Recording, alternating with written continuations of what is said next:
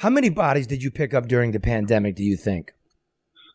During the pandemic, probably, I would say close to 1,500 to 2,000. Live from downtown Detroit, it's No BS News Hour with my main man, LeDuff. No bullshit. Wait a minute. You didn't even bother checking that? I thought I did. Why do you think we're late? Well, yeah, because we endeavored to do the greatest podcast in the history of the United States. Am I fired again? You're fired. Get the fuck out of here. When we're done, you're fired. Okay. Till Monday. All Because we're on Mondays and Thursdays. Well, what happened there? Please explain. If I knew what happened, it wouldn't have happened, right? I think a part that I had in there got clipped out. You clipped it out. I think I clipped it out. We'll dock your pay. That's okay. That's okay. But who would have known if you guys hadn't said anything? Wow. You're right. Wait, I've got to control myself. Guys.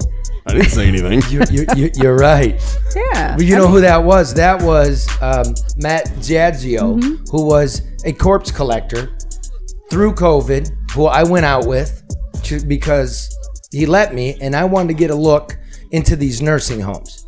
Because we're now in an election, and Michigan, bar none, one of the most severe lockdowns, and it cost us, and we never really truly accounted for what was going on in those nursing homes. We were fed a line of bullshit, and that's worth remembering. That's true. And I applaud the fact that you've not let that be allowed to just be swept under the rug, because nobody ever looks at it. They don't focus on it. It just kind of just hangs out there. And I think it's unfortunate. It's a disservice and it's disingenuous. I mean, those people deserve answers. Their families deserve answers. The citizens of Michigan, the residents of Michigan deserve answers. And I'm going to explain it to my people, the lowbrow. Yeah, let me interpret that. What the fuck is wrong with people? This has nothing to do with politics. Right.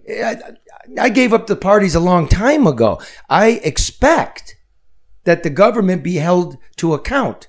That's not partisan. That is American. That's what they taught me in public schools.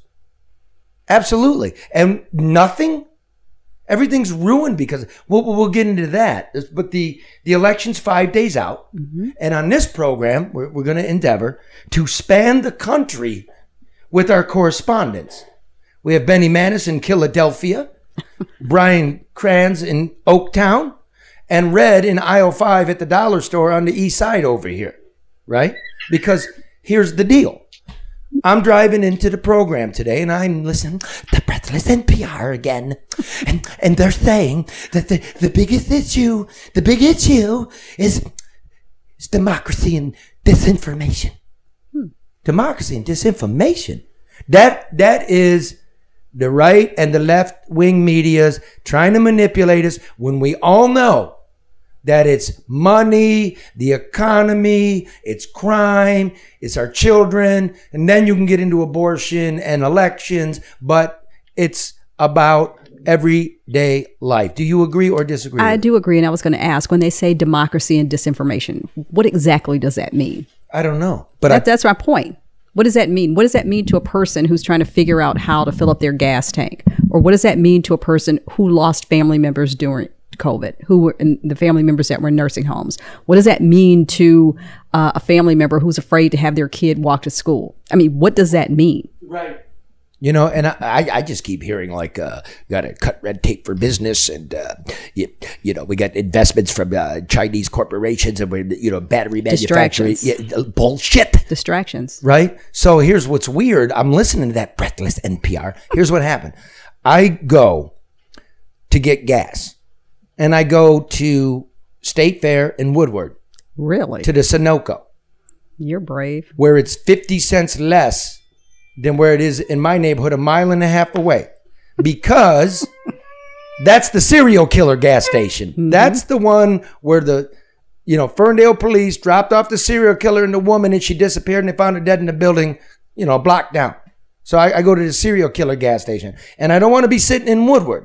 So I go to the far, entrance, and it's very small, the gas, and I pull in, And I kind of cut off like an older woman. She's got the cap on and she's got, you know, the suitcase with the wheels and a purse. And I'm kind of angled in. I can't get to the pump, but I can't back out because there she is. I don't want to hit her. And I look at her and I wave her. Go ahead. And she starts opening the door. And I roll down the window. I go, no, go ahead. I want to hit. She goes, aren't you giving me a ride home? And I go, yeah, okay. You know, let me gas up. Her name's Gloria. Only Charlie. Right? And I gas up and Gloria gets in and, you know, she lives off State Fair there, you know, over towards the highway. And we're listening to Breathless NPR. Democracy, disinformation. I go, what's eating you, Gloria? And she's like, you could barely afford the bus. Wow. That's just, you know, one of our girls, you know, a little bit older. Maybe I'm like my older sister at this point because I'm getting up there, you know. But she didn't say anything about that. It's like, can barely make it. You know, doesn't want to spend the $2 for the bus and sit there waiting for the bus being late to get her home. Or the bus that never comes. Right. And then the sun's going down. You know, she'll get in with a stranger.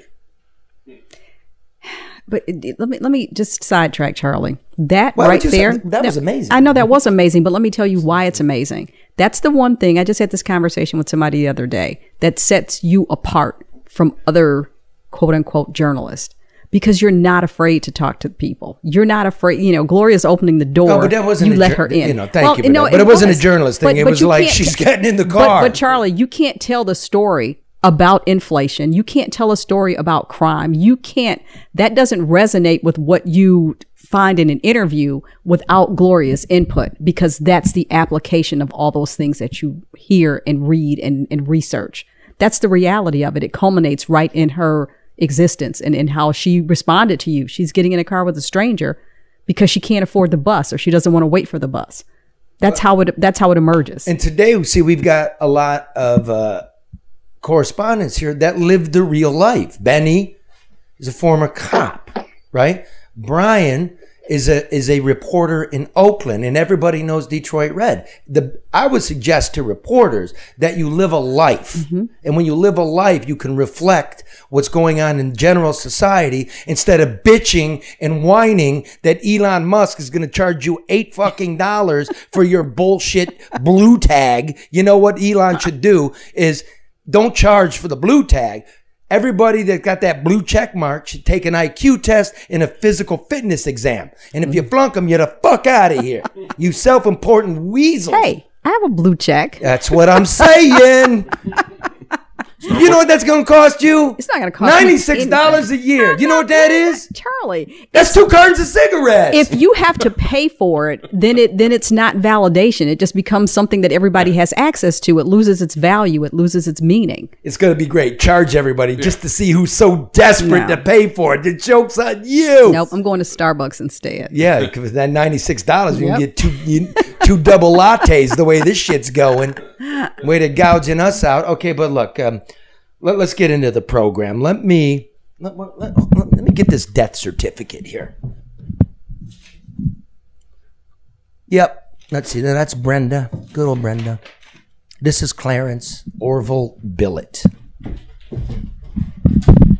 I can tell you something. Reading Clarence's death certificate, here it is. I can tell you, poor Clarence is what I can tell you. He was just as inconvenient in death as he was during the last laborious days of his life. Clarence Orville Billett was an 86-year-old ward of the state. That means the state was his mother. He suffered from acute dementia and lived in a nursing home for veterans. Korean War veteran. Thank you for your service, sir. In April 2020, Clarence caught COVID-19. State and medical records show Clarence spent the last weeks of his life being dragged around like a bag of laundry from nursing home to hospital, hospital to nursing home, and finally nursing home to hospital. Then on May 19th, he found his way to the morgue.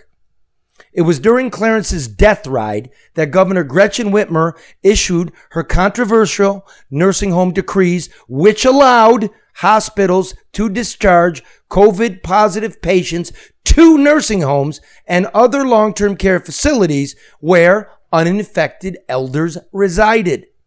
But to this day, 5 days out, the state of Michigan has yet to acknowledge Clarence as a long-term care victim of COVID, so poor and misleading is the state's death tally.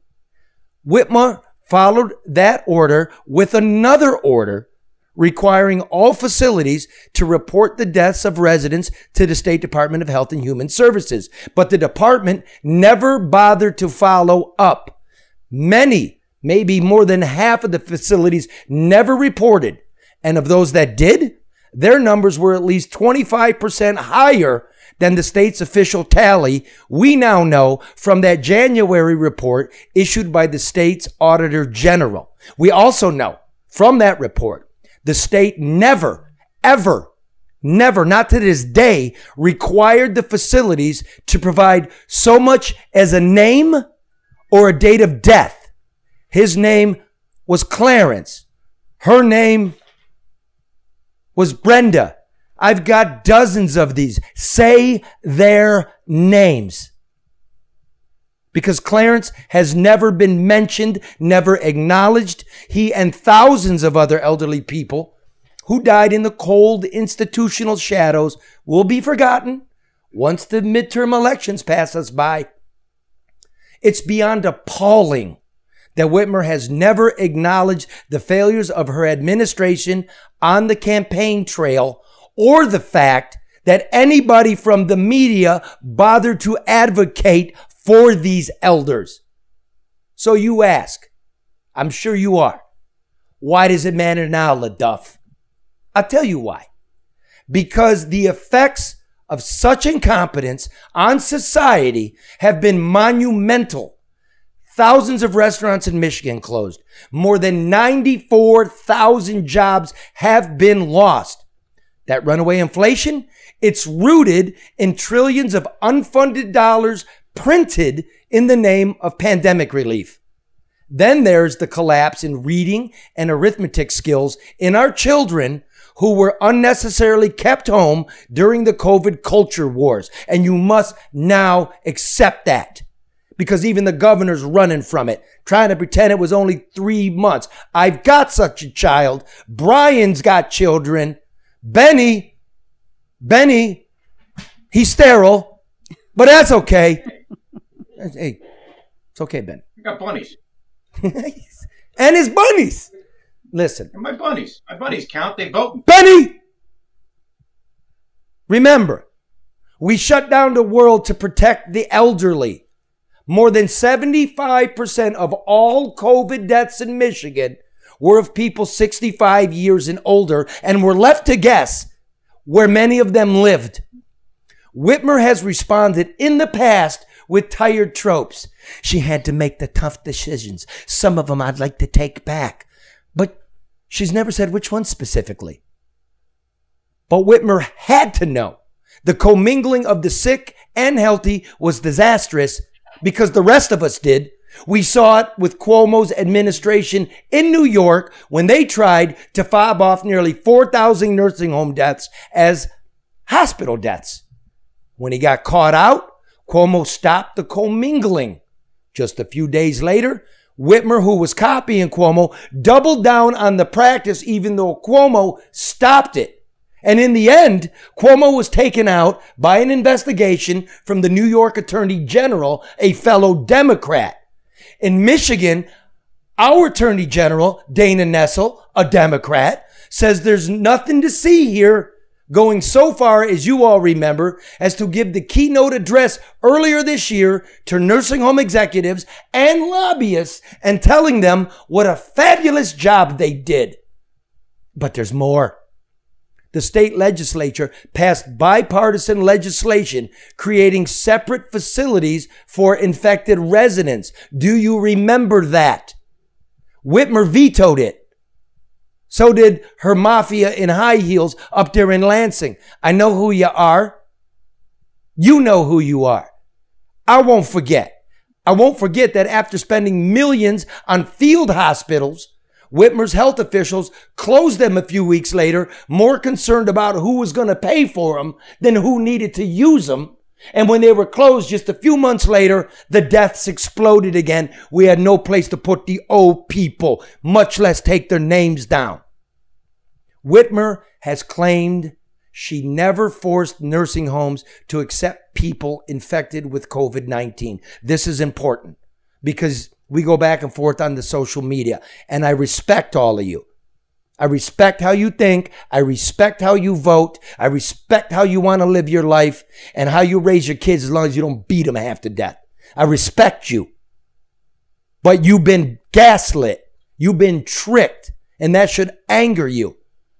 I won't go into the deep specifics of litigating this thing, but just remember, the governor created those 21 hubs. Remember those? Mm-hmm. And they did just that. Those were the places that took the overflow. They said they could handle it, that they had the sophistication and the facilities and the equipment. Remember? Well, what they didn't tell you was the federal inspection reports show that nearly half of those hubs flunked basic infection protocols during the summer of COVID. Nobody wrote, I wrote about it. Nobody else wanted to touch it because everybody wanted to sit at a press conference with the governor and pick me on the Zoom virtual press conference. Look, no matter how the election turns out, vote how you want. No matter how it turns out, Clarence and Ruth and the thousands and thousands and thousands and thousands and thousands and thousands and thousands and thousands and thousands and potentially thousands and thousands and thousands of thousands more of the elderly deserve the acknowledgement, if only to prevent more death in the future. What are we gonna do now? We're gonna put Matt on. Yeah, we can do that. Is that what we're doing? That's the plan. Was that the rundown? Yes, sir. Okay, before we even go there, Karen, let's hear from a man whose job, remember, people died. Well, how did they get put in the ground? Or the crematorium? How'd they get there? Some human being, whether he was living in Brazil or India or China or Detroit, had to pick them up. The very bravest. You must have thought about this. Essential at its best. Yeah, you must have thought about, like, who is this maniac? Well, Matt Ziazio was. Talked to him a little earlier today. We had a little talk, and I wanted to share it with everybody. Again, vote how you want, but do not forget. Can we play it, Mark? Yeah. Okay, I want to welcome onto the program Matt Ziazio. This is weird to say, Matt. I had the pleasure of spending an evening with you picking up COVID corpses, nursing homes, funeral homes, the whole nine. I really admired the work you did in a pandemic when everybody was frightened. So I just want to say that to begin with. I thank you. And on behalf of all the funeral professionals, we thank you for this. So look, the election's upon us, and I don't want people to forget what actually happened in those nursing homes. And you graciously allowed me to go with you. And yes, when I went in there, we were being fed a line of bullshit of how these places were beautifully set up to prevent infection, to stop the spread, that the hubs were up to snuff, and that was an appropriate place to commingle the infected with the uninfected in the building because we were able to stop the transmission within the building. That was complete nonsense, was it not? 100%. I don't think a piece of plastic tarp separated anybody from anything. And like you were there, I'm recalling we walked into a nursing that had our forehead saying, "Yep, you're okay to go in, no other checks." That it was the same entrance, and the nurses going back and forth between the two wings. Remember? Yes. God. Clearly.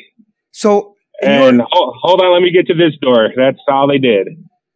How many bodies did you pick up during the pandemic, do you think? During the pandemic, probably, I would say close to 1,500 to 2,000 Me and the company I was working for at the time did. And how many of those do you know now specifically that had COVID? Don't guess. I can't even put a number on it. Once again, it's all the COVID. Everything was pre-existing conditions in my head.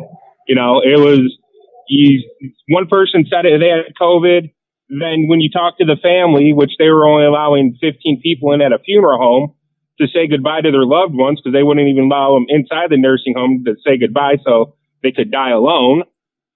You know, they were like, no, they went in because they had pneumonia, not they had COVID. But in the bigger picture of things, it was the hospitals were getting paid out more for COVID patients than they were regular patients. So yeah, the state was giving out $5,000 if you created a COVID bed and $200 if you put somebody in that bed every day with COVID, right? Right, absolutely. Well, we were driving around. Remember, I was curious, first of all, the state was lying about, you know, the ability of these places to stop the infection. We know that from the reports. Right. In your estimation, now knowing that we never even accurately counted who was dying, what grade do you give the state looking back on it all now? Oh, looking back on it, I give an F. They failed everybody in this state. We shut down everything, dude. We printed all kinds of money specifically to protect the people in these facilities, and you were the guy picking them up by the hundreds, by the scores. Right. And you didn't have PPE. They didn't give you PPE. No, we had to go out and find it on our own. I remember you were in there without this shit. Yeah, because I will say everybody, I would say 90% of funeral homes and healthcare workers were done with it at a certain point. Because you know what? If we were around it every day, we're not getting it. Did we become immune to it? And people that were locked up in their houses not immune to it? That's what plays through all of our heads. You know, I knew a guy, he was in funeral service for 20 years.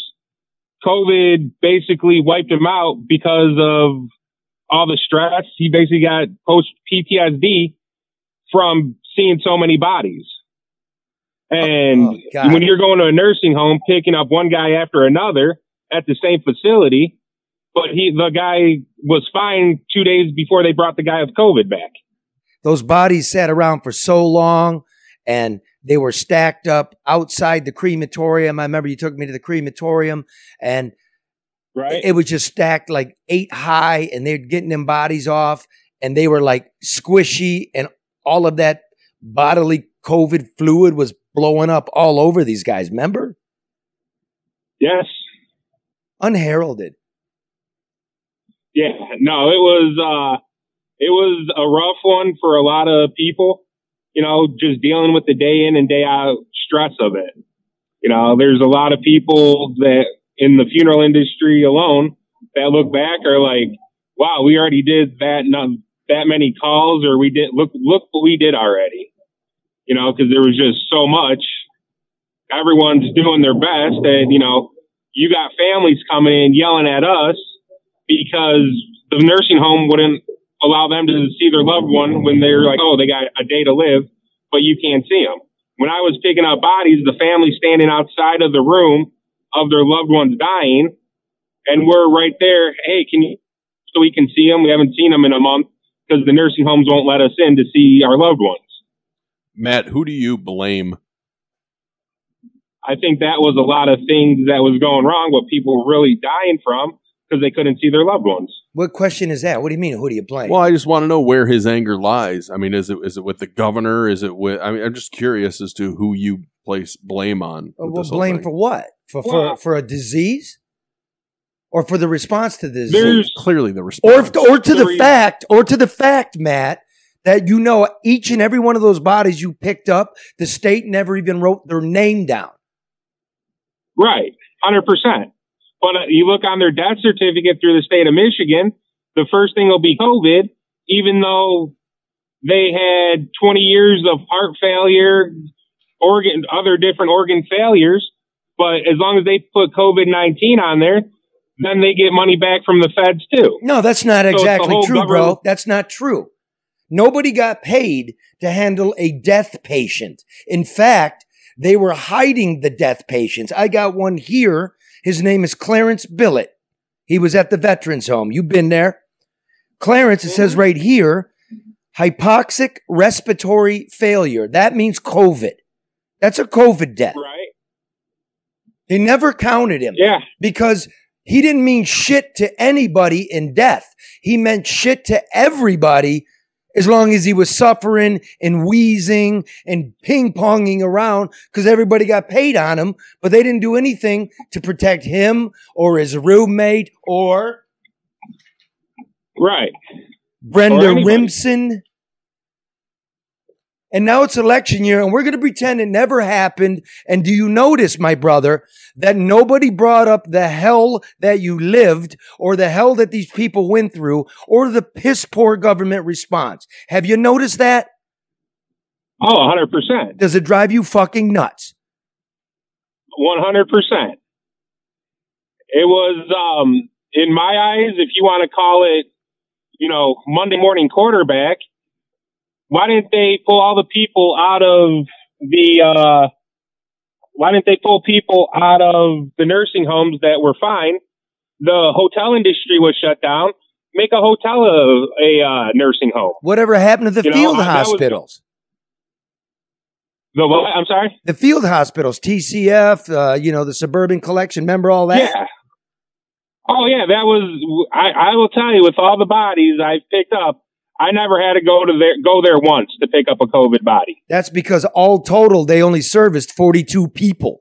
You know why? I've got all the internal communications. It seems to me the state health department and governor's office was more concerned about who was going to have to flip the tab, not for building them out. The feds did that, but for the daily care of these people. So as soon as they could, they closed them down and they decided, hey, if they could throw up a piece of plastic at the nursing home, fuck it. We won't watch. We won't look. We'll bullshit everybody. That's what I saw. You and I were driving around and I'm like, hey, dude, where's the HVAC system? Where's the new circulatory system? And you went, it's bullshit. Exactly. And that's what the thing. They might have put a portable humidifier or air purifier in a couple of the hallways at nursing homes. But other than that, that was it. They didn't do nothing to really contain anything. I'm not trying to make this political, right? But if There's we don't 4 even have an patients. accounting of the dead in these facilities that to begin with, are shit, they're cattle pens, how are we going to prevent this in the future, dude? That's a good question.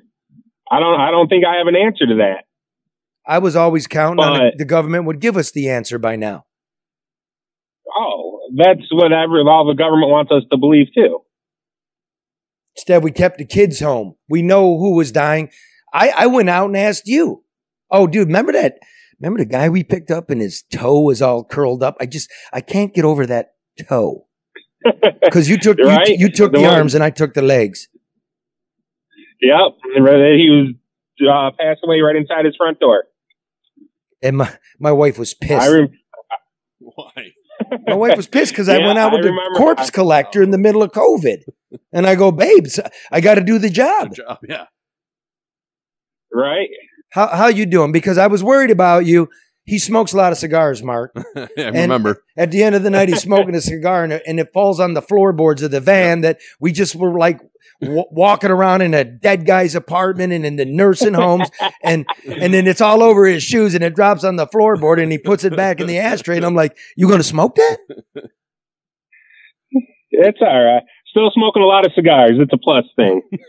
My It's a man. stress reliever. I Stress guarantee you. relief. But yeah, we're doing good. It's a lot slower pace now, and it's manageable. That's what I'll say. So you're out of the corpse I'm business, still in huh?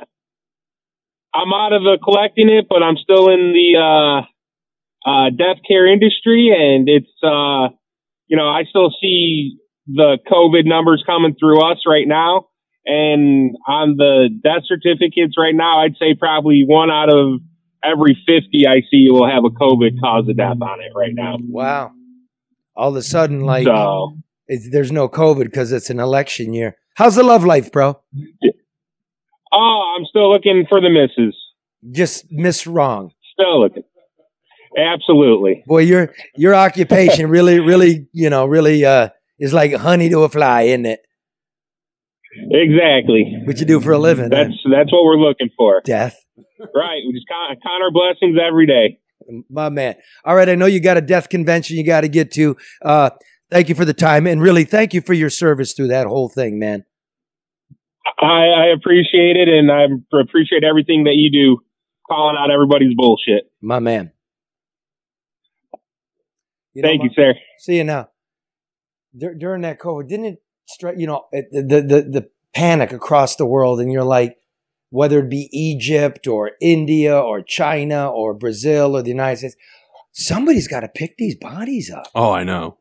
It's gross. And imagine when you talk about the toe and you seeing that for the first time, think of how many times Matt sees it. It's almost like he's desensitized to it. Yeah, but yeah. I remember the note cards he had. It looked like a graph of COVID. Remember? Yeah, all the it was names. all the pickups, right? Yeah. So there would be a physical card, Yeah. and it looked like a graph. It looked exactly Yep. like the COVID death graph because Wild. right, It takes a different. it was like this: April, Yep. or March, April, April. May, the summertime, Yep, and then back up. February. November, December, January. Well, yeah, it was really instructive. Yeah, so it really did wake you up. I mean, in a weird way, this is I know. such a terrific job to have. Like, you get to see things. Well, it's never going to go out of business either. I'm talking as a reporter. Like, Oh, that, yeah. just the shit you get to see. Well, it's those forgotten jobs, right? The important forgotten jobs. Someone has to do it. And I I'm want to glad shout Matt out does. to all the brothers and sisters at the crematoriums. Mm-hmm. Wow. Mm-hmm. I mean, wow. And they just felt forgotten, and the government didn't care about them, and there was no extra pay, and they were scrambling to get equipment, and I mean, I'll never forget. I feel like nobody or very few people think about this when it comes to COVID is, boy, we really realized how we treat essential workers, from the corpse collector to the waste collector, the people that keep society moving, right? Yeah, the shit we absolutely did need. While everybody else was ordering pool tables from Amazon. Exactly my point. Yeah. Staying at home and, collecting checks. Yeah, watching Tiger King. All right, look, let's hear a word from American Coney Island. And when we come back, we'll be spanning the country with our global correspondents from Philly to Frisco to aisle 5 at the dollar store in the ghetto.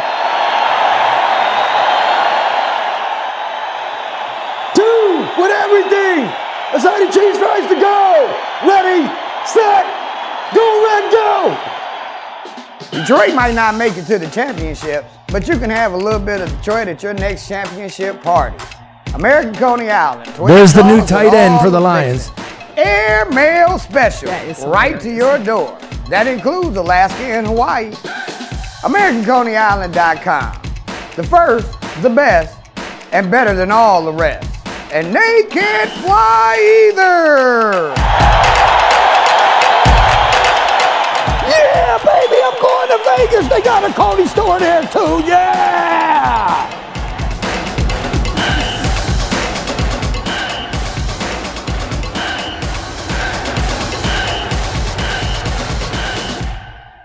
And always remember, if you don't know how to run a health department or count vital records, you can call ADR. They're experienced. They know how to count, right? Overseeing more than $250 million. That's $250 million, people. That's pre-inflation in private and public construction projects. Reduce your costs, increase your bottom line. ADR save clients millions and hundreds of thousands of dollars in lawsuits, probably. ADR consultants are experts in procurement, counting, government compliance, information technology, spreadsheets, the whole business that the government doesn't seem to be able to do, except new numbering. $3 billion has been spent on the congressional and gubernatorial races. $3 billion. All you got to do is call ADR, and then we can get some decent governmental response to what we need. Because ADR, honest, ethical, smart. Please call Barry Ellen Tuck at 248-318-9424 for a consultation. And if you're garbage, he's probably going to bitch you out. Tell you you're garbage. That's the consultation. You're garbage. You got to learn how to count. You got to get Excel up in here. Is that free? You need some honest people. Is that consultation free? Yeah, absolutely it is. Well asked. Well asked.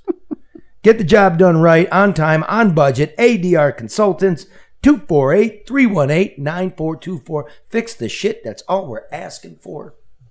If only. You got to vote in 5 days. Are you absentee? No, I'm going. You're going. Mm-hmm. I'm giving thought up until I walk into the booth. I mean, isn't that amazing? I mean, everybody is. I don't trust any polls. I haven't trusted them since. No, you should never since do 15. that anyway. They're bullshit. Yeah, you shouldn't trust it anyway. You know what they do? If you just keep track of them, wrong, mm-hmm. And by the time it gets down to the after poll, they're right. It's like they're bullshit. Because people don't trust the press. They don't trust the pollsters. No. Right? And they're not going to tell you shit. And they're not. And lawn signs and T-shirts and, free lunch at rallies, those things don't translate into votes. Right? They don't. They don't. I'm not watching them, but I will tell you what I do believe about polls. I do believe that when a pollster asks you a legitimate and serious question, like what's eating you, mm-hmm. that you will answer honestly. But normally the pollsters give you pre-selected thing. Does abortion bother you, or does disinformation bother you? But if you let the people say it, this is true from Philadelphia to the Bay Area, Oaktown, to Detroit. If you ask them, I'll tell you what they say in Philly, because they got a very red-hot race. Inflation first, crime second, then the ancillary things, and I don't mean to insinuate that abortion's ancillary, but if you're asking people really what's affecting them right now, it's money and it's crime. And I want to welcome in Benny Manis, who's a fantastic, I rarely use the word, I'm not even going to use it because he's fantastic. He's a reporter and he's a really good writer, and I don't know how he cranks out the copy, but Benny is a New Yorker. He lives in Philadelphia. He understands the East Coast. Welcome on the program, Ben. Charlie, who's better than you, man? It's an honor to be here. And it's a bigger honor for you to call me a reporter, because you're the reporter of all reporters. And I'm just a hack who started because I was sick of getting trolled by reporters as a cop, and I started writing on my own. Wait a minute. I'm sorry. Hold on a second, man. Hey, dude, Mark. Yeah. I think we got a glitch here. We do? Yeah, I think we dialed into Andrew Dice Clay. Let's hope not. Get me I'm over here now. I'm over here now. All right, listen, Benny. Let's start with New York, right? Red hot governor's race. Kathy Hochul, who was the lieutenant governor under Cuomo, versus Congressman Lee Zeldin. And Zeldin, it's very rare that New York is going with a Republican candidate. The last one was Pataki, and that was specifically when crime was running wild in New York. What do you make of it? What are you seeing? So the parallels to 1994 when Governor Pataki was elected it's undeniable. It's almost the same talking points that we saw when Pataki beat Cuomo, which, by the way, was the same year that Giuliani beat Dinkins to take over the city, creating the crime policy that the entire country used for the last 25 years. But it's, Kathy Hochul, it shames me as a New Yorker, former New Yorker, to say, this woman is the second governor in the last decade of the Empire State that hasn't been elected. And she's running on nothing. And what you said before is true, because a lot of the talking points, the issues that the Democratic base is pulling out aren't what's affecting people. And when you don't have real records to run on, you're pulling out distractions.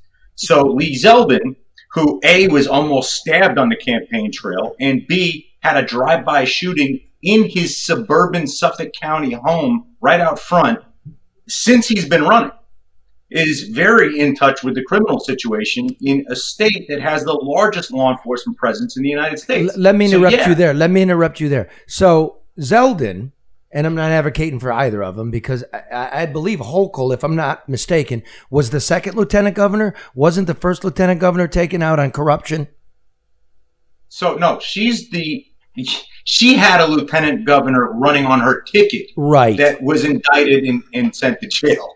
Okay, that's how New York that I'd know and love. Okay, so these two nutbags. These two nutbags that went after Zeldin, the Republican congressman from Long Island.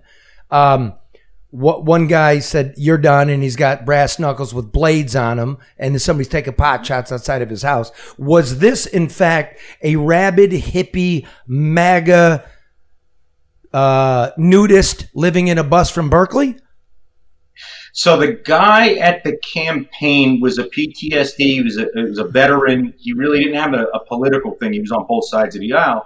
But the shooting in front of his house had nothing to do with Zeldin or the campaign. It was the fact that now even Suffolk County, Long Island, is not safe from gang shootings, which is a bold statement because that is the highest taxed area in the country. If I might, Suffolk County is home to the Hamptons.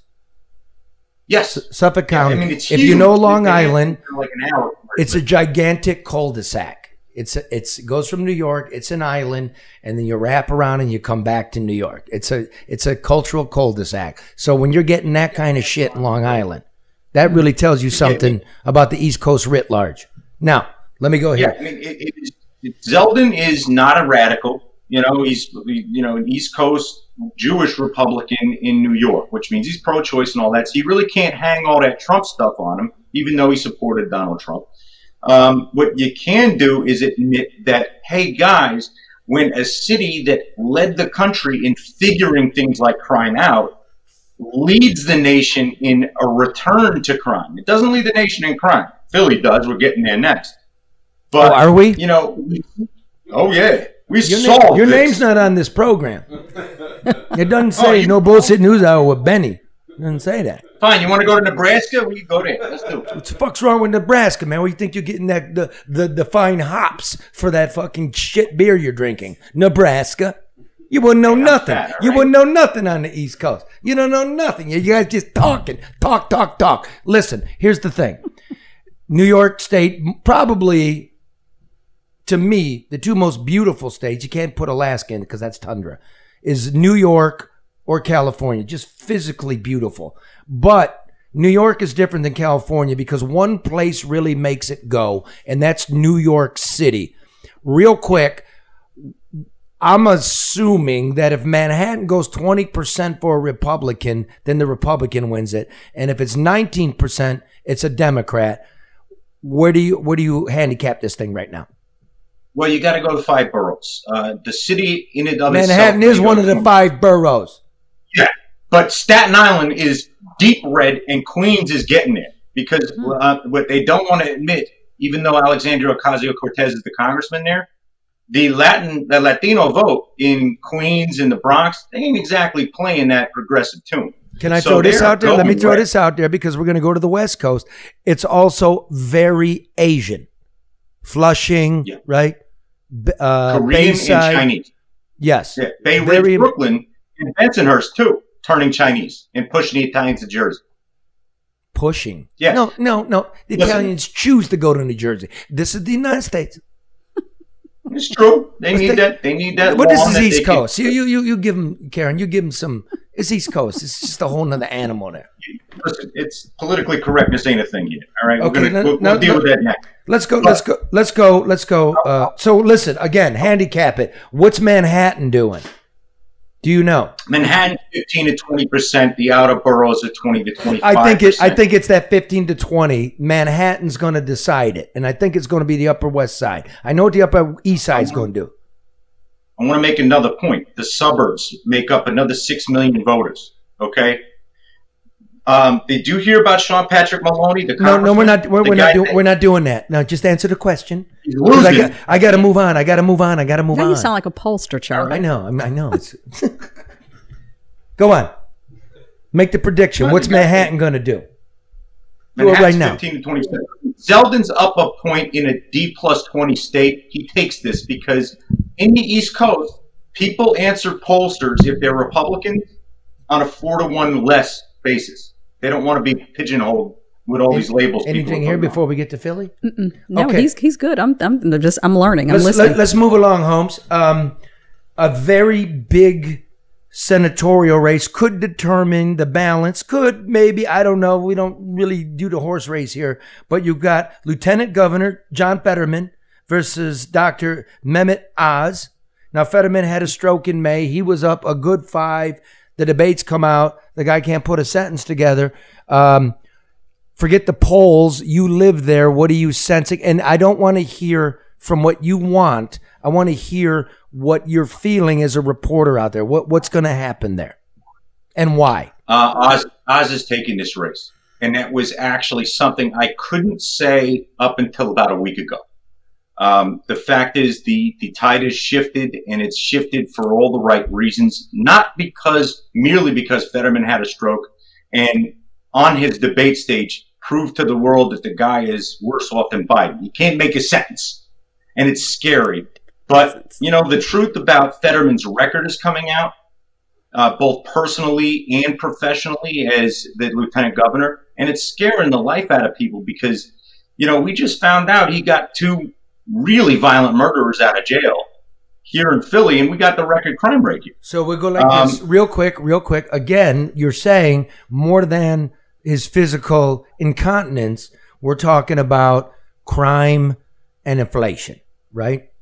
Crime and inflation. Now, let me bring it back. People don't like being gaslit.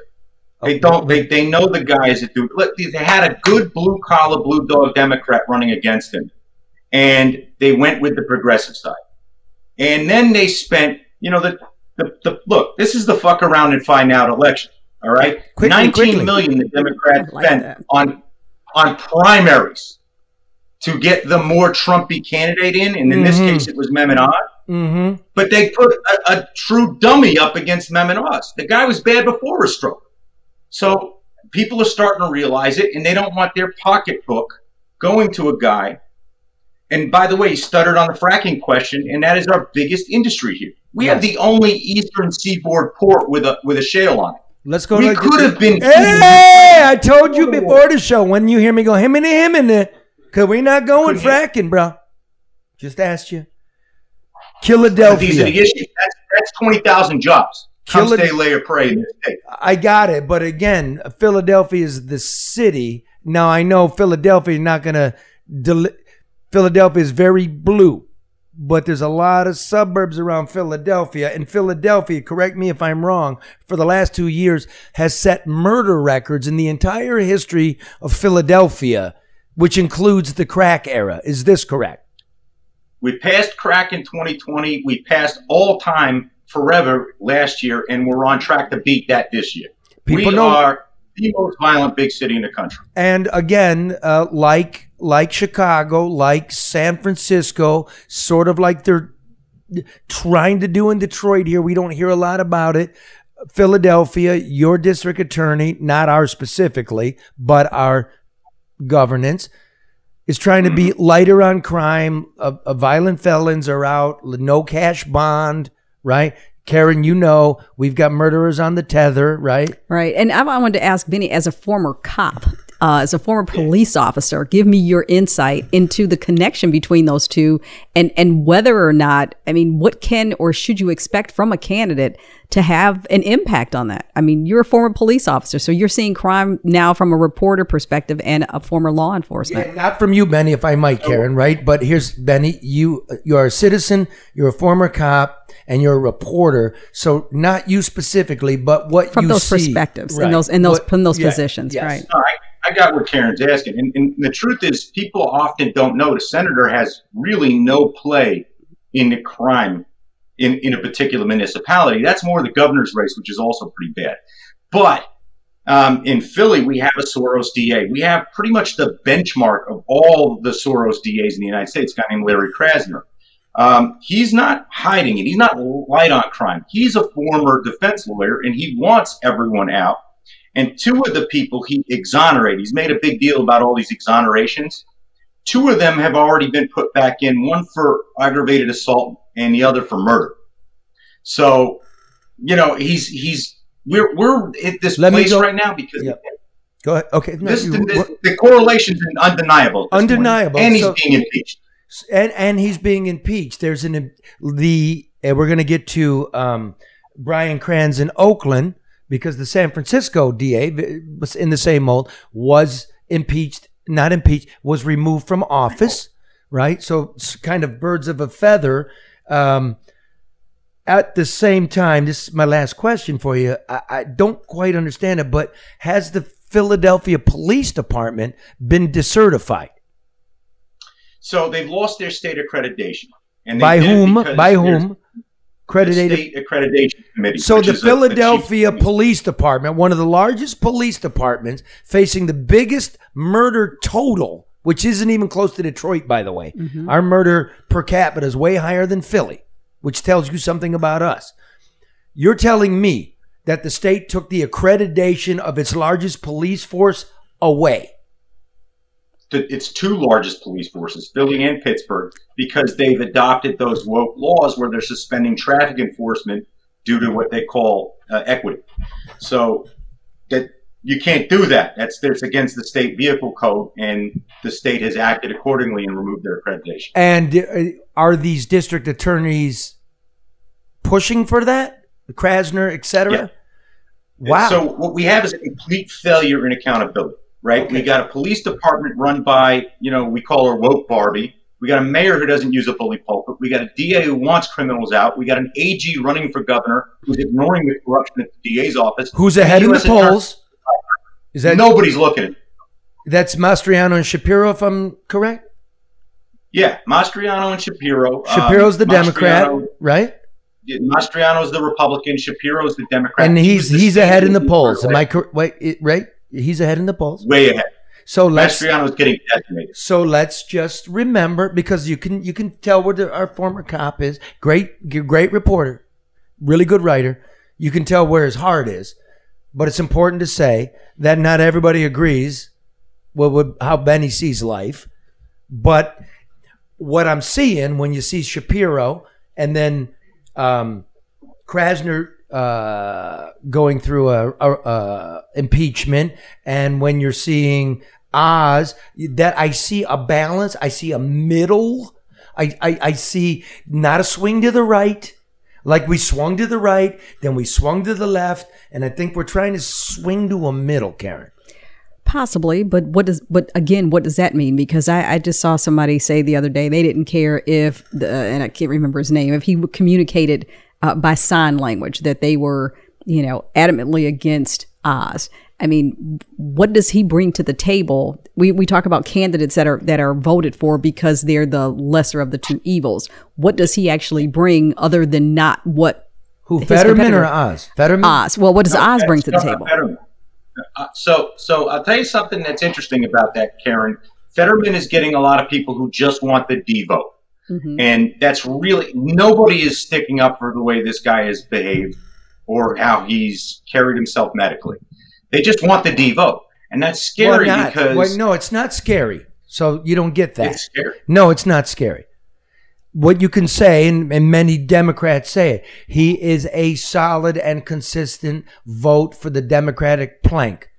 I cannot sit here and just dump all over what fully half of the population wants. Now, all I'm saying is I don't want fucking murderers running around, and I don't want my dollar to be worthless. And I would like to say if my daughter's going to get a medical procedure. That's 100%. All. Okay, right on, Benny. Do you know who these guys are replacing? Nope. You're done. Benny Manis, people. Benny Manis. Fantastic writer. Benny, give him your handle where they can look at your work, because the guy does cover law enforcement like a motherfucker. I was enjoying listening to him. Well, we got Brian. I know, but I want to hear Brian too. Brian from Oakland. Okay, I want to hear Brian too, but I was enjoying Benny. Okay, I know, but we're not. This isn't the Drew and Mike podcast, which I really recommend everybody listen to. It's part of the Red Shovel Network. We wouldn't be here if it wasn't for Drew and his tutelage and Mark, his guy. Expertise. Well, not only the engineering guy, but he's smart. The co-host. Yeah, but he's very smart. He's 30 years of number one radio right here. Yep. And now he's doing this bullshit. trying at Keeps least. him humble. Yeah, I don't know. He doesn't never fucks up Drew's cold opens. Oh yeah, I do. But they don't tell everybody when they do. I That's fuck the up that thing. show a lot. Okay, Benny, do me a favor. Stay on. Dial down your microphone, okay? And then at near the end of this, you got a question for... Yeah. Well, he was going to say his social media handles. Oh, yeah. People I thought he Yeah, did. let me get my cord. All right. It's at Public Safety SF. What? Is he on Twitter? Does he I'm have sorry, a blue what did you check? say? What is it? What is it again, bro? Twitter, at Public Safety. Do Charlie. you have a check mark? No. Okay, Broadandliberty.com. What was that again? Broadandliberty.com. Fraud That's our and paper. liberty? Broad. Did he say Broad. fraud or broad? Right. Broad. Like Broad Street. Oh, broad. Okay. Yeah. All right, I got you. Well, Where the dude, stadiums are on. Dude, with that accent, I don't think you can spell broad. It's you spell it with a W. Broad. Let me talk like I'm from Detroit and eat thick pizza. That's Chicago. And don't forget, it's apple season. All right, now moving around the globe, we're going to Oakland, California, where, according to the San Francisco Chronicle, the biggest issues in San Francisco, the Bay Area, by the way, the major touchstones are San Francisco, Oakland, and Berkeley. Okay? Now, a dear friend, an excellent reporter, a graduate of, the Graduate School of Journalism at the University of California at Berkeley, Brian Krantz. What's up, brother? Hey, Charlie, how you doing? Real good, man. You? How's the family? Family's good. Mom came home, kids with her. World's great. Excellent. Now, you're more liberal than Benny, right? You got a nicer outlook than Benny. Benny's very dark and cynical. He's like Batman. You're Bruce Wayne. He's Batman. I wish I was Bruce Wayne with that money, but we are who we are. Yeah, I'm definitely a little bit more, try to be a little more sunshinier than that, but I'm going to follow Benny on Twitter for sure. Okay, well, let's go like this. Okay, let's start with the news before we talk about the tenor of public life. What's this guy's name? David DePape, the underwear hammer. I want to call him the underwear bomber, but he's the underwear hammer wielder on Paul Pelosi. What do we know about this dope-addled illegal immigrant? Is he a MAGA fuck or is he a psycho? Or both. Right. Okay. Look at you. I mean, kind of. He's reposting like Mike Lindell videos and stuff like that, but so he's this guy. He's originally from Canada. Apparently, he outstayed his welcome here. So he's, there's the issue of San Francisco police working with ICE that they historically don't do. But wait, time out. San Francisco, the sanctuary city. Everybody's welcome here. We're not going to work with customs enforcement unless you bash Nancy Pelosi's husband on the head with a hammer. Is this correct? Typically, they don't work with ICE, but their policy is if you are convicted of a violent crime, which this absolutely would qualify. So, yeah, it would be out of all the different angles in this story, this is like one of the latest one to see what if the department would work with ICE to have this man deported. What do we know, man? I know we were talking. I'm like, can you drive around the hippie school bus where they're all doing dope and there's Black Lives Matter flags and gay pride flags in Berkeley? You got some new news. The latest, at least now, the more details are coming out regarding this attack on who this guy is. The big issue was that you have like Ted Cruz saying that he's just some stoned out hippie from Berkeley, but he actually was living in Richmond, which, as you know, are two completely different cities. They're in the same area, but when you throw the word Berkeley out into the political sphere, an image comes up. You and I were both Berkeley students, and I don't know if we would fit the mold for what somebody thinks of somebody from Berkeley. But yeah, so apparently he's been living in Richmond for the last 3 years. A lot more reporting is coming out regarding this. All we basically know now is he's looking at 40 years. He allegedly, said that this was his plan. He wanted to basically kidnap and interrogate Nancy Pelosi. And basically what his boss was saying is that he just spent too much time on the internet and basically went down all of these like Pizzagate, wormholes. So it's just kind of an online conspiracy theorist, and his kids have one of his children has confirmed that all of these kind of crazy unhinged blog anti-Semitic stuff. That was all him. So yeah, it's everybody's having a political field day with this, and it's just very well. Let's do confusing this. as to Like what Richmond, belief at this when I was out there, Richmond sits on top of Berkeley. Richmond was at one point industrial. Richmond was historically black, and what is it now? Now you got some nudist, cannibalistic. Gentrification. What's going on in Richmond? How did this guy find his way to Richmond? This guy found his way to Richmond because, he was hanging around Berkeley and basically just, it's Berkeley. You can just hang out and, the cops will mostly leave you alone. Get high, live in a bus, walk around naked. He was kind of, if you want. I did that. But he was basically, I don't disbelieve that at all. But this guy, he just basically befriended, he was just building decks for a guy. And then he's just like, hey, I like you. You're a good person. Let's set you up with a place to live. So it's basically living in a garage turned studio apartment, which is way more common now. And, most people that end up in Richmond, because it's still a refinery town. So, at any time, Chevron could just be like, hey, stay inside. We're going to blow the stacks and shoot some oil into the air. But it's one of the last affordable places to buy a home. My wife and I have been looking at places to live, and it's like, oh, Richmond's still relatively affordable if you don't mind, cancer. Hey, I live on the highway. Take it easy, man. And Richmond is the place where you cross the bridge to go to San Quentin. So I wore this for you, bro. What's the big deal about where this guy's from? I mean, why is that so? And I'm just asking, where's the geographic relevance? I mean, I understand, okay, he's out there. I mean, but what's the point? I will say this before Brian does. Because it's Berkeley. Berkeley's really got, a reputation. I mean, but I feel like it's almost kind of like Detroit. When there's something bad happens, then the person is from Detroit, even though, they're from the surrounding area. So I was just trying to figure out where you were going with the relevance of where he's actually from. Well, I'm going with his socioeconomic background. Because I'm glad you asked that, because I didn't know how to ask Brian this. It's my thought in my experience, and Brian actually lives the life and reports every day on it, that the West Coast is inundated with homelessness, dope-fueled open drug bazaars, mania. They still, if I'm correct, Brian, they still give out cash money to able-bodied men, right? Do they still do that? They still got basically welfare? I mean, there's definitely, we have, we have some support systems, and it is, and it also isn't, in cases like this is somebody who's going to fall through the cracks. This DePape guy, he just had mental health issues and rampant drug use. Pause right there. Mental health issues, lots of drug use. Is this guy right-wing MAGA, or is he just like, basically, man, you in your everyday life, brother, something you got to step around? I'm asking now, you, quality of life.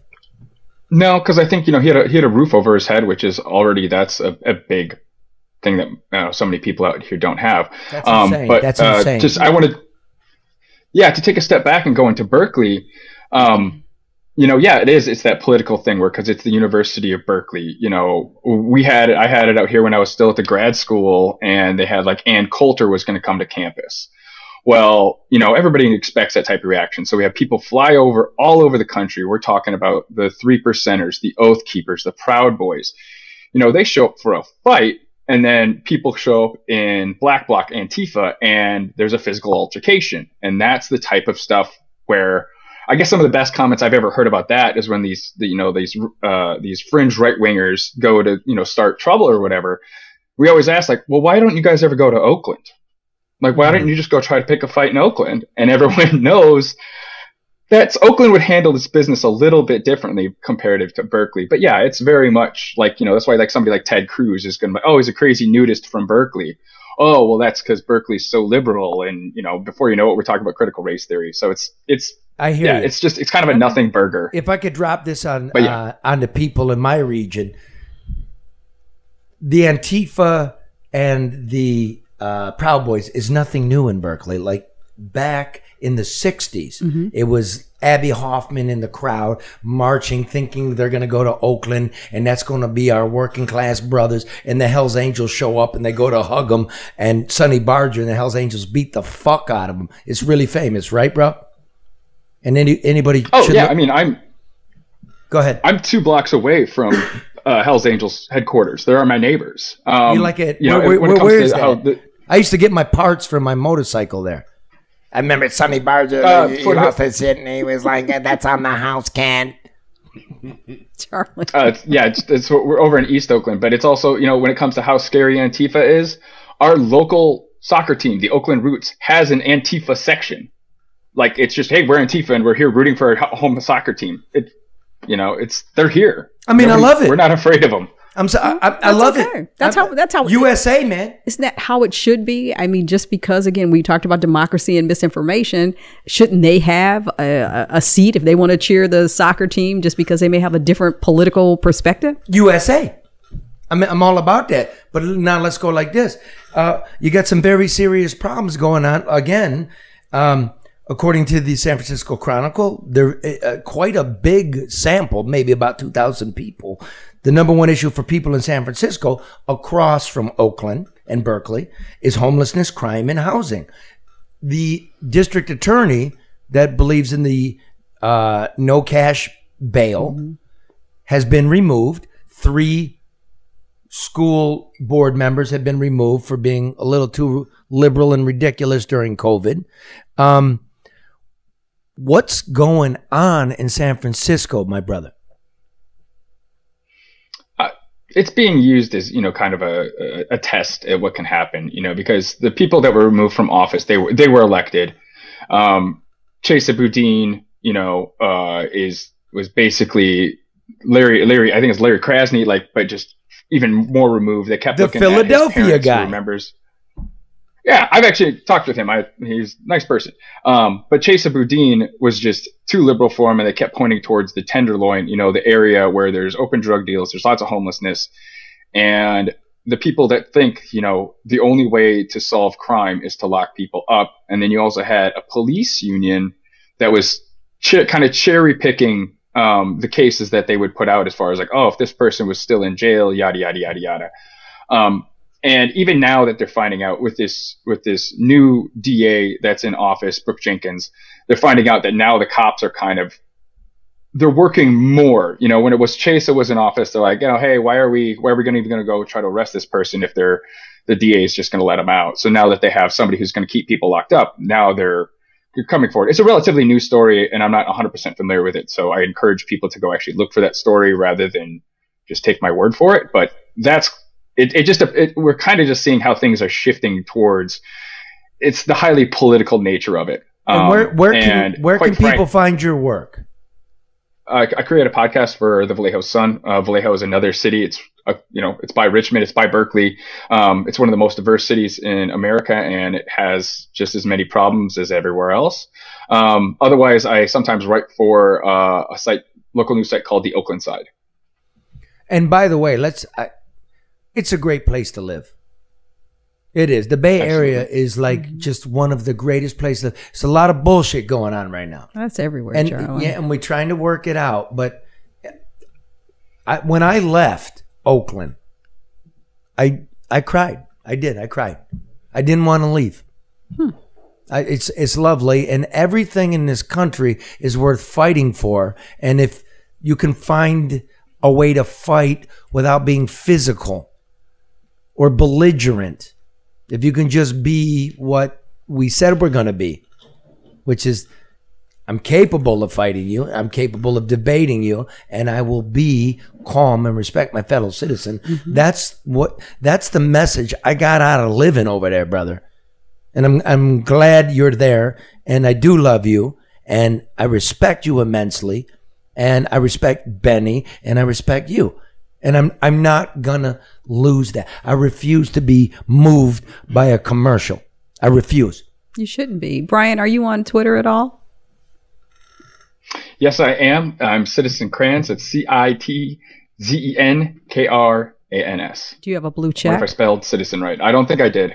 Oh, Do you have a blue No, check? I'm mostly on Twitter, and I don't. I do have a blue check, but I'm still on the fence of whether or not I'd pay for it. no, you're not. We're not paying. We're not paying. For I have it. a blue check. You know what I did? I Nah, copied he's one. rich enough. I don't. I need to copied pay one and pasted it over my picture. Fuck you with your blue check, man. Now I'm gonna give Benny's listening. Benny, you want to pipe in and ask a question? Not a lecture. Yeah, Wait. No. Ground rules. Benny gets to ask one good, focused, pointed question to Brian. Brian shall answer it. And then Brian gives one good, pointed question to Benny. And Benny shall answer it. And then we're moving to Red, because never, ever forget the center of the country, which is Detroit. And comedian Detroit Red has a report from aisle 5 at the dollar store at Jefferson and Shane. $1.25. $1.25 with inflation. $1.25 store. So I forgot what I just said, but somebody asked, okay, bro.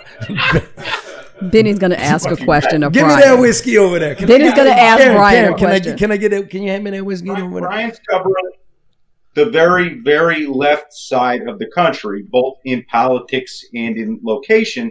So I was just trying to think about his take, considering Oregon, New Mexico, and even Minnesota are currently leaning heavily red in their governor races.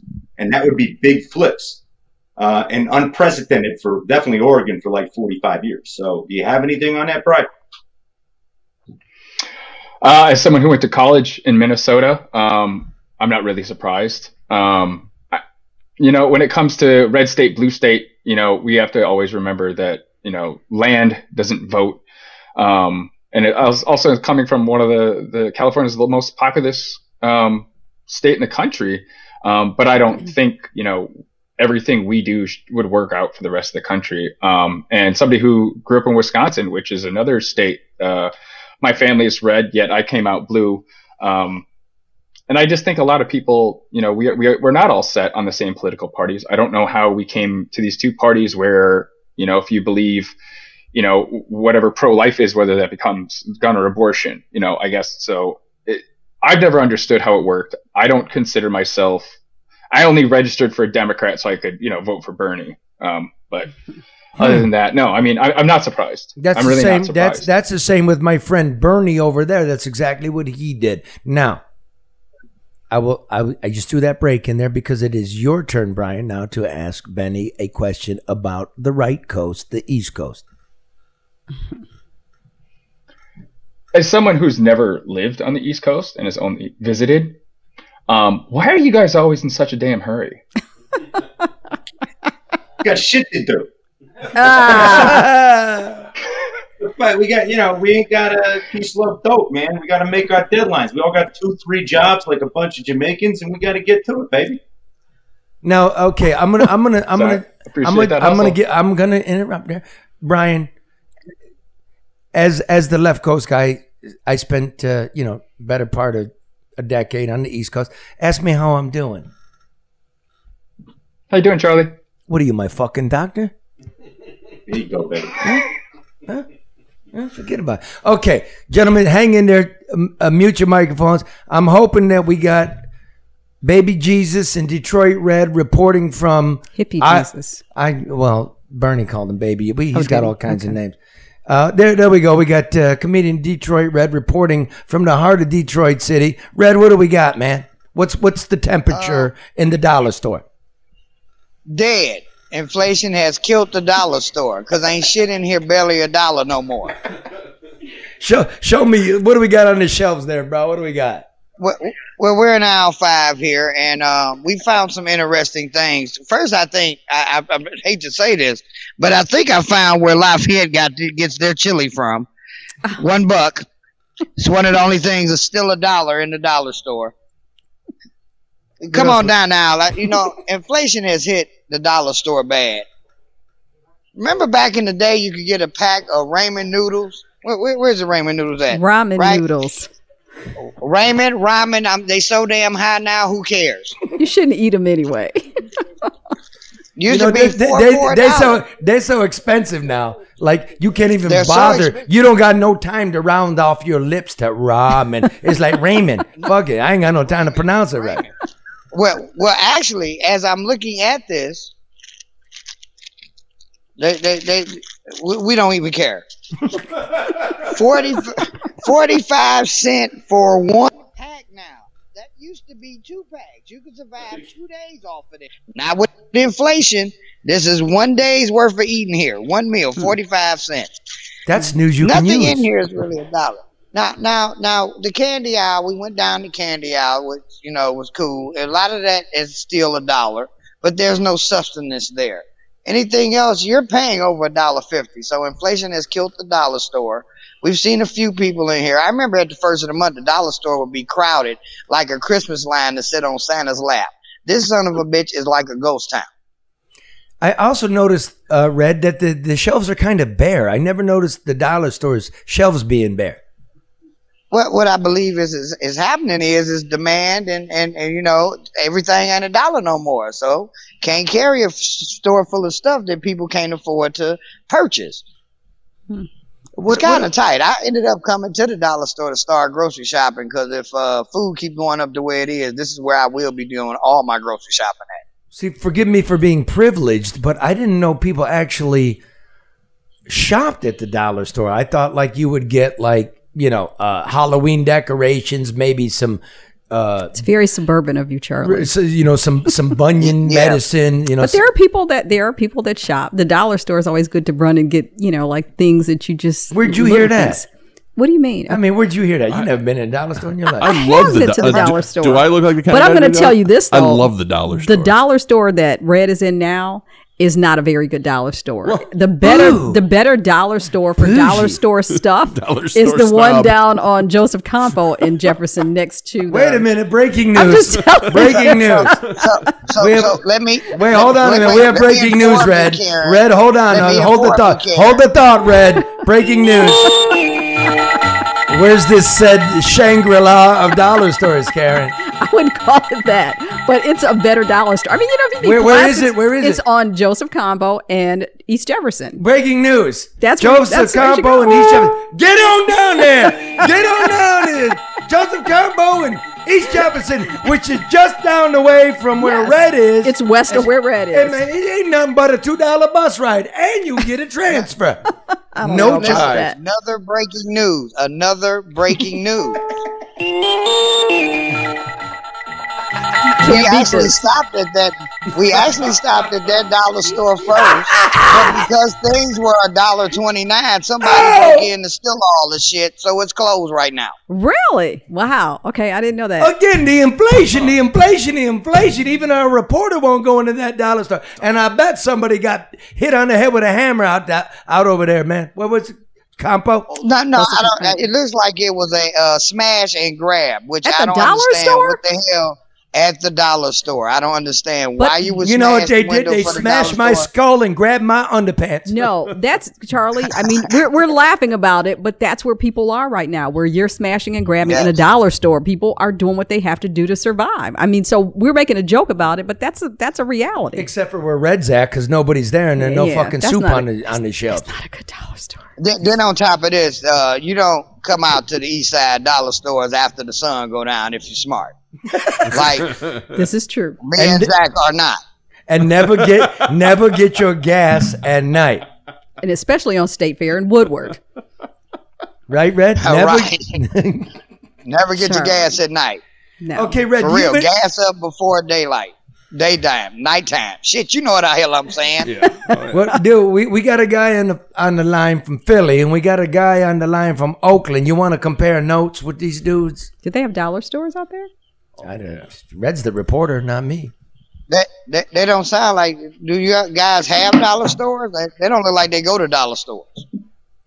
Them BJ's and Sam's Club shoppers right there. BJ's is terrible. Been once. Look at that. Benny's so broke he can't even afford a voice. Yeah. You know what I'm saying? I don't know what happened there. I think he's still muted. Look here. Yeah. The shit that went up in the dollar store so much, I'm about to go up here and see what a layaway plan look like. All right, Red. I've seen a couple of items in here I want. I just can't afford right now, so I'm going to give them a couple dollars to hold them for me. Red, we got an election coming in 5 days. Your final thoughts. We're talking nursing homes. We're talking crime. We're talking inflation. Put in perspective, what'd you hear? What's the vibe? What's the vibe on the east side of Detroit? The vibe that I'm getting from folks is they hope somebody really step up and campaign on some shit that makes a difference. Because a lot of the stuff we've been hearing coming out of the people that campaigning really ain't talking about nothing that's important to us right now. These high-ass gas prices, high-ass food prices, all this stuff. That's what the vibe is. Who do we vote for? Nobody's really talking about the real issues. Well, like Benny said earlier, everybody's reciting talking points, and that's what they stand on the press release and the talking points, and that's not resonating with the average person. So we'll say this: we'll throw it. Just ramen noodle, 50 cents a pack. It's getting desperate out here. It just went up a penny. ramen. It was 49 cents a minute ago. Now it's 50. This inflation is like the debt clock in fucking Times Square. The fuck, Red? Start shoplifting, man. Stuff some shit in your pants. No. Oh shit, we got to go, baby Jesus. They about to call the police. They been No, watching us for an hour keep and a half. it on, keep it on, keep it on. Keep it on. We got police. There ain't no police coming, man. No, they're not. I'm surprised they let him stand there that long. You could shoot baby Jesus in the parking lot. Ain't no police coming, man. They don't got They don't got a contract yet. Why would they come? This is true. When you work in a dollar store where a lot of people not coming, you just want your day to end. You don't want to be dealing with finance. Just go over there and film whatever you want. Just don't be bothering me. Well, it's getting I dark understand too, them, and Red. they were very gracious. Well, it's getting dark too, so you be careful as well. Hey, Red, do me a favor. Like just over your right shoulder, looks like it's spam. Is that spam or tuna? We peeped that. Spam. What's that? See, if you want to really treat yourself to some elegance, you can get a single slice of spam for $1. Single slice of Wait, spam? whoa. What? Single slice of spam. A single slice for $1.50. Whoa. A single slice? Slice of spam for $1.50. How much is the can, bro? $3.50. I can see the price. That ain't $1. No, nothing in there is $1. Red, do me a favor, man. Shop me some spam, and I'll see you in a minute, man. Come on back to the studio. To the penthouse. Deuces. Okay, I want to thank Benny Manis, reporter from Philadelphia, PA. Brian Kranz, reporter from Oakland, California. Comedian Detroit Red. Yeah, he's a reporter too. From aisle 5. And remember, man, you just vote your thoughts. Don't let nobody tell you different. Not even them commercials. See you Monday, noon. Thank you, boys. There'll be no payment.